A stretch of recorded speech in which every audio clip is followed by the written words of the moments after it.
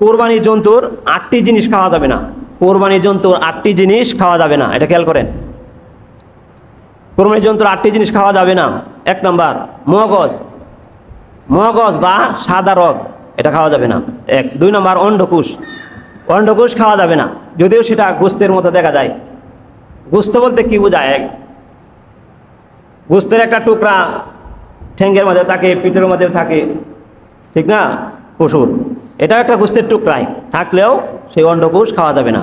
3 number মাংস গ্রন্থি একটা আছে যেটা ছোট, এটা খাওয়া যাবে না। 4 নাম্বার পিত্ত, পিত্ত আছে একটা, এটা খাওয়া যাবে না। 5 নাম্বার পুরুষ লিঙ্গ, পুরুষ লিঙ্গও খাওয়া যাবে না। 6 নাম্বার স্ত্রীলিঙ্গ আছে একটা, ওইটাও খাওয়া যাবে না। 7 নাম্বার প্রবাহিত রক্ত, প্রবাহিত রক্ত খাওয়া যাবে না। এটা কিন্তু কোরবানির পশু থেকে বের হয়, রক্ত খাওয়া যাবে না। 8 নাম্বার হলো মূত্রতলি, মূত্রতলি যেটা আছে এটা খাওয়া যাবে না। এখন একটা প্রশ্ন থাকে যে গরুর ভুঁড়ি খাওয়া যাবে কিনা। গরুর ভুঁড়ি ও তো আর মাসালার কিতাবের মধ্যে আসছে, যদিও এটা ময়লা দ্বারা, এটার ভিতরে ময়লা থাকে না ভুঁড়ির ভিতরে। আমি একজনের কাছে শুনছিলাম যে উনি খাওয়া যাবে না বলছে। আমি প্রশ্ন করলাম কেন? এটার ভিতরে ময়লা থাকে, আবর্জনা থাকে, এগুলি তো খাওয়া নিষেধ, এগুলি খাওয়া যাবে না।